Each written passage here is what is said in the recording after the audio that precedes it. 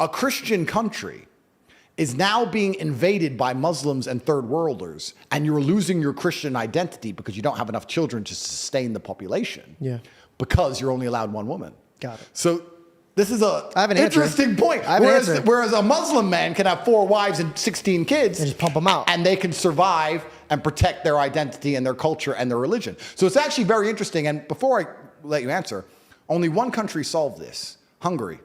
Hungary is a Christian nation, and Viktor Orban is one of the smartest world leaders on the planet. He abolished income tax for any family that has more than 4 children. And he's fixed the population crisis, and the population is increasing because people are getting married and having kids. Hungary's fixed it. No other nation has fixed it because you can't even afford to have 4 or 5 children because they're decimating you and destroying the currency, and they're just doing all this matrix propaganda on purpose anyway. So, besides Hungary, every other Western nation is now importing the Islamic world to sustain itself because Christian nations can't reproduce. So it's interesting what you said. I agree with what you said, but it's also the death throes of Christianity. Christianity is about to be decimated because of that. Because what do you have without people? You want my answer? Yeah. Okay. First, would you like more coffee? Yeah, I'll have 2 more coffees, please. Can we get 2 more coffees? Thank you. You want some more coffee? Sure. Reed? Sure. Please, give my men coffee. Okay, my answer is this. Never in the day of age did we ever have the power to talk to a mass group of people since the internet. Yep. So ironically, we're running into this problem of less of our people, Yep. but we also have the gift of reaching out to more people. Correct. So another household could have 5 kids, but who's to say that I can't encourage them to have my morals and standpoints? Absolutely. You could So have. I don't need to procreate. I need to provide and educate. That's a very interesting point of view. But then you also, this brings us into the Islam versus Christianity argument. And I want to make it very clear to the world that I am not anti-Christian in any way. Most of my family is Christian. My brother is Christian. For a long time when I first... Tristan's Christian? Yeah, he's Christian. Cool. He's happy and he has fun. Yeah, that's right. Perhaps that's why. When I first stopped being atheistic, I diverted to Christianity because it was all I knew. Because I was raised Christian. I went to church as a kid. It's all I knew. But you're talking about the fact that, yeah, people can come into the nation, but if they become Christians once they arrive, then the Christian faith survives. Yeah.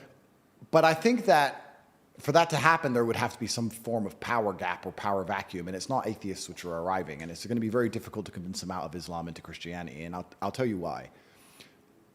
I am not an Islamic scholar, and I don't consider myself knowledgeable on Islam. I'm new to the religion. I'm only a year in, and I'm studying as best I can, but there's a lot of people who know more than me. But from my understanding and my practices, Islam is very rigid. And it's strict, and you know what's right and you know what's wrong. And it provides solutions and answers in a very strict, non-ambiguous way.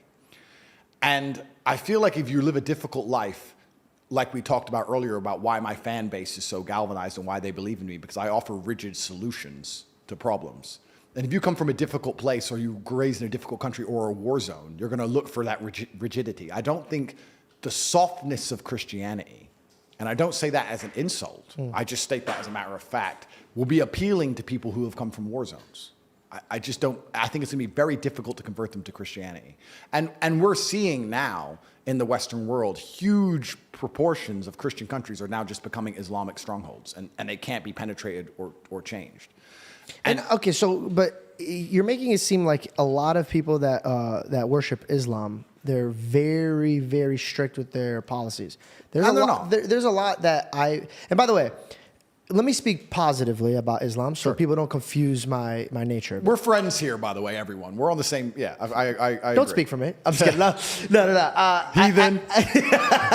No, I really respect Islam for one reason, the way they stand up for their God. Absolutely. And I actually take notes from them. Yep. So I don't want anybody here. In fact, my God is their prophet. Yep. So we do see a lot of eye to eye. We just don't see the final destination of who God is. Correct. But I definitely respect anybody in their faith. And I think I'd rather you have faith in a God than you have no faith in God at all. Agreed. So we're on the same playing field. Yeah. Okay. But to say that Christians have values and they don't follow them, and Islam does, it's not true. I have many friends. For example, you're Islamic now, but you drink and you smoke. No, I don't drink. Not anymore. But there's a lot that I have friends with that do. Yeah. So the theory of them not following their rules that's just a man. I don't think that's a religion. I think every man falls short. Yeah. I think this is the truth. I think an Islamic man that stands in front of me sins against God. And I think a Christian man sins against God. Oh, yeah, we're not perfect in any regard. Yeah.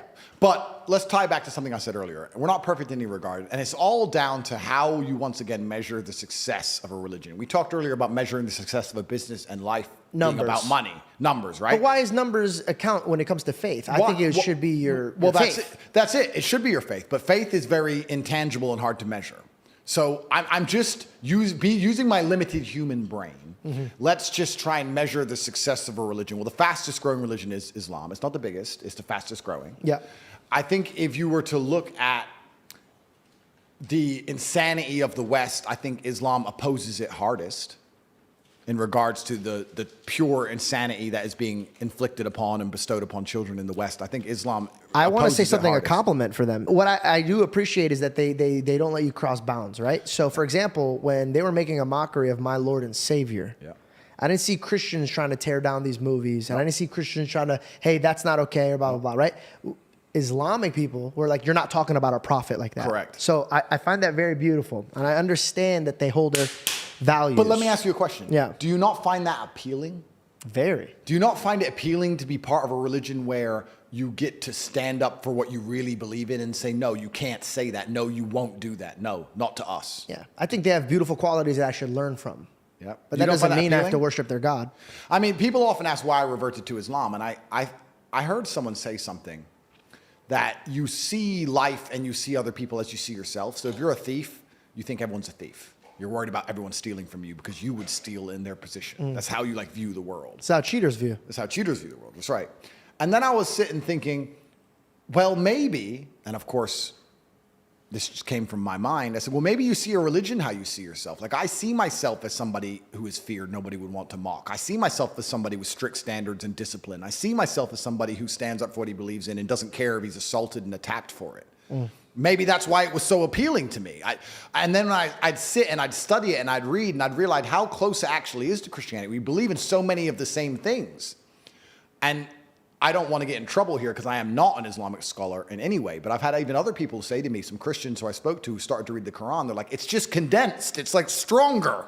Yeah. And I think that's what the appeal of it is to me. And I also like having hard yeses and nos. And I believe that if you have a religion where you just accept everything, Yeah. then you believe in nothing. There has to be a line. In life, there has to be a line that you won't let someone cross. And with God, there should be the same. And my only concern with Christianity, and I argued this with my brother at length, is if God will really, truly forgive anything, then if he'll truly forgive you doing the most heinous acts you can possibly think of, and you repeatedly do them, and you won't learn your lesson, and you'll do them over and over again, and even Christians themselves won't ostracize you, is that too far? Is that too much freedom? Like you asked earlier. I love this. So this is beautiful. It's actually in my notes. I was going to circle this with it. Let me just give me a second to make sure I word this properly. Absolutely. Let's circle to forgiveness. Yeah. How many times should you forgive a man? Well, that's a really good question because we are sinners and we make endless mistakes. And the prophet that you see as Jesus, do you know what he talks about forgiveness as? Tell me. Peter asks him, how many times should you forgive a man? And he says 7 times 77. And then he also describes the way judgment day comes. And he goes, you will be measured by the measurement that you gave others. So the way you looked at your brothers and sisters, that man wronged you, but you said, oh, you're dead to me. Your debt, I don't even want it. Yeah. That's how you'll be measured. Yeah. But here, let me circle back. Repentance isn't doing the same sin over and over and enjoying it and asking for forgiveness. That's why God doesn't judge your actions, like I said. He judges the reflection of your heart. Yeah. So if I sinned against you, there's 2 types of men. Andrew, dude, listen, I'm a police. Andrew, I messed up, dude. Like, I'm so sorry that I did this, dude. I didn't mean it. This is what happened. And you could see the stress in his eyes from him hurting you. Hey, Dad, I know you told me not to do this. And I was with my friends or, hey, Andrew, my bad, bro. Yeah, it won't happen again. Yeah. This fucking guy. Yeah. There's a difference. Of course there you is. can't hide your heart from God. Absolutely. So that's why I say only God could judge. And I remember what I was going to say about your God and my God, right? I believe that if there is a God out there, he wants you to come in the same direction that I'm going, the vice versa. So I think I never want to debate religion ever, because then I'm trying to disprove your God, and that might be holding your heart, and I don't want to do that. I agree. But what we could do is I say, I'll pray to my God, and you pray to your God to open up one of our eyes and hearts. And whoever is wrong or whoever is right will guide us with wisdom to the right direction. I love that. And you know what? I kind of feel like when I'm talking to people of other religious faiths, and like I said, I have to be very careful. I'm not an Islamic scholar. And like you said, I don't want to ever insult Christians or insult other religious faiths. The only people I like to argue with correctly and properly are atheists, because they need to learn the light. Yeah, I'll join. Yeah. No, I'm just kidding. I feel like if there's one God, let's imagine there's one sentence, and it's the most beautiful sentence that you can possibly think of, that can be constructed with the most compendious and gorgeous language that can be put together. I feel like the different religions are perhaps different languages to say the same thing. Yep. And, you know, German sounds different to Russian, sounds different to English, but you can say it in different ways, but it all means the same thing. And I feel like that's the best way to look at it. And to a degree, the Quran also says the same thing. It says that we're a lot closer than we are apart. And I think when I meet somebody of another faith, I still feel happy for them, and I feel glad for them. It's only when I meet somebody who sits down and thinks they're a smart ass. Oh, no, we came from monkeys. I'm like, oh, bro, you need help. Those are the people I argue with. Those people are more lost than ever. And here's the thing, man. Like, a lot of people will ask me, like, how do you forgive? Because forgiveness is sometimes it gets so hard, especially when you know that that person wrongs you purposefully. Yep. And my theory goes back to this. Forget the way I measure is the way he's going to measure me. Yep. But my God came and paid a penalty for me. Yep. Because I couldn't pay that penalty.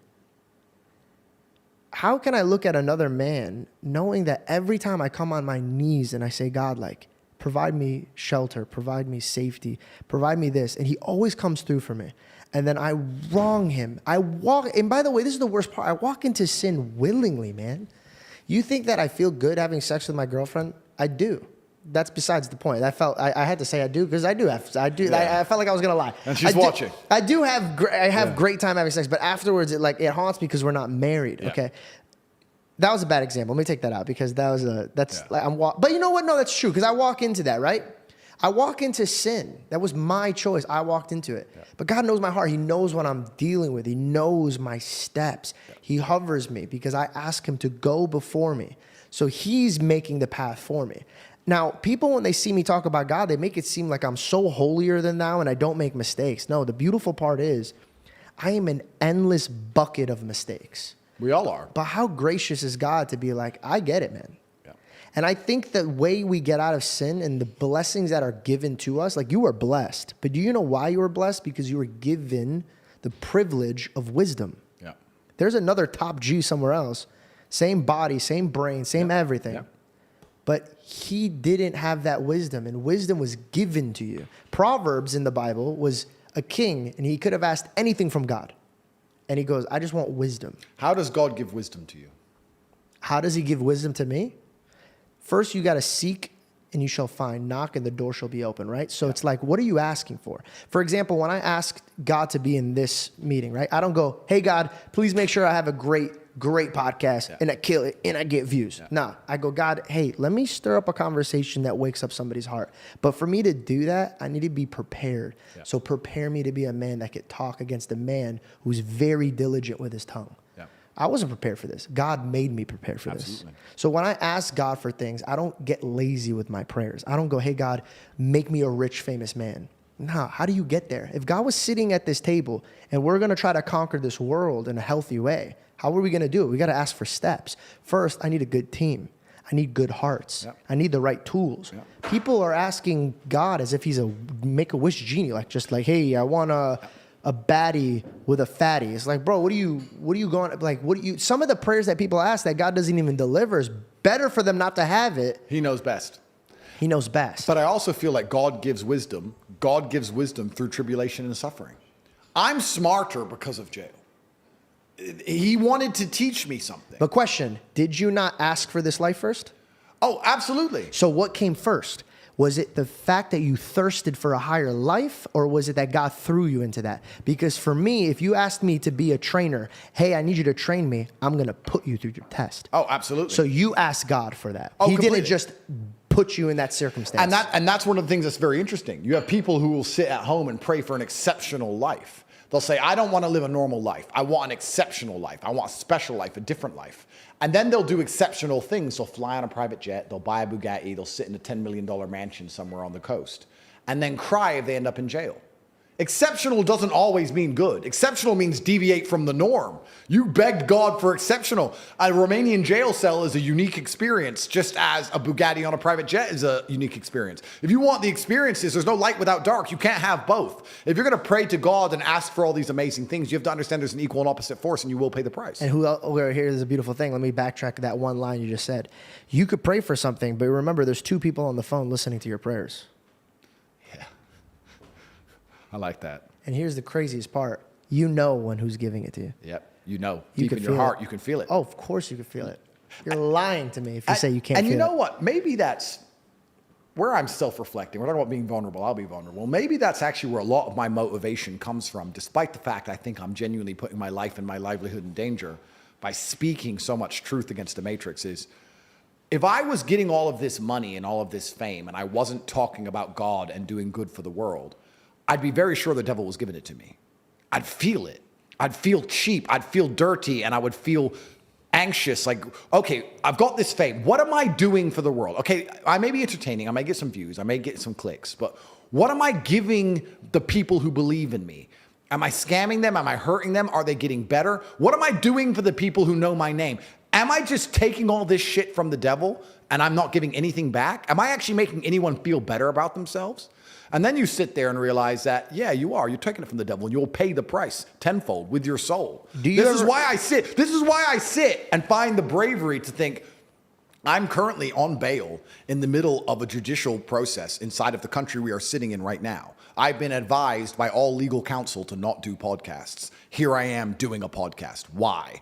Because I know people will listen to it and I can give a good message out there, and I believe that I can drive people in a holy direction, regardless of which religion. Whether they choose Christianity or Islam, I believe there will be people who watch this and decide to believe in God. That's worth it to me. And then the money I'm achieving 10 years from now, whatever, I know it came from me trying to do the right thing. I didn't scam people on crypto. I didn't sell shit to kids. I didn't do none of that stuff.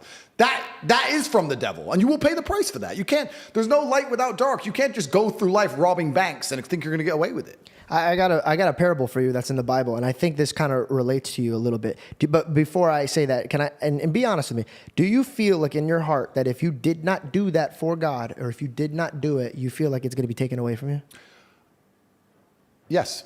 There's a parable in the Bible, and I'm going to rephrase it, so I want people to go read it, because I'm going to most likely not do it justice, but I'm going to speak in a way that people could understand. We'll say a king comes up to 3 servants. He goes, I'm going to give you 4 pieces of gold. Or no, crops. We'll say crops, right?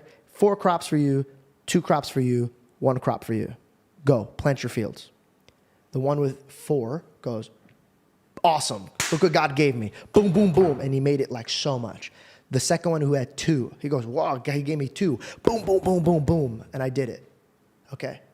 The one who has 1 goes, oh man, I don't want to mess up with the one thing that he gave me. I'm going to give the other guys like 4 and then 3.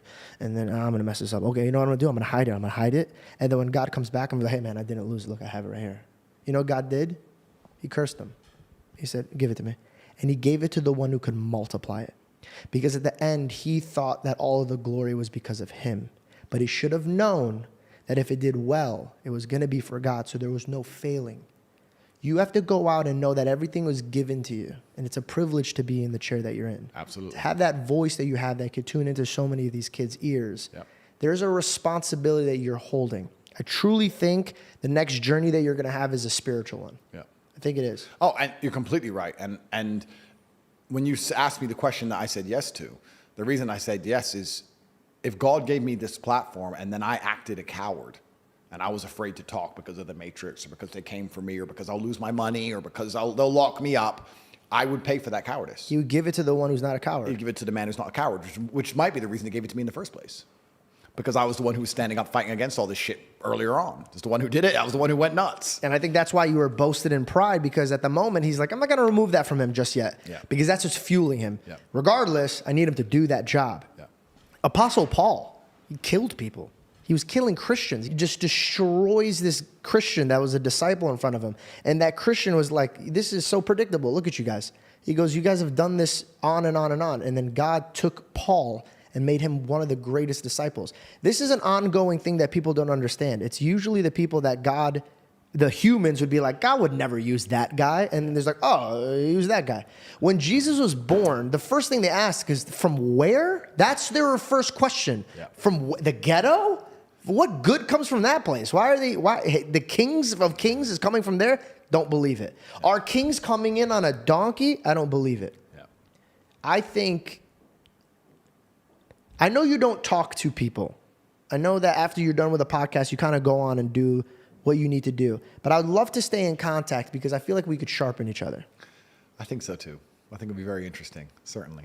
I think, to be honest, I would love to extend the conversation, but sometimes when I feel like it's ready to go, it's ready to go. We have part 2 already lined up, so it'll happen some point in the future. Thank you so much for being here, man. Anytime. And truly, because like this is putting my show on a different map, and I think you know that too. Yeah. And I really appreciate your time. Thanks for coming, friend.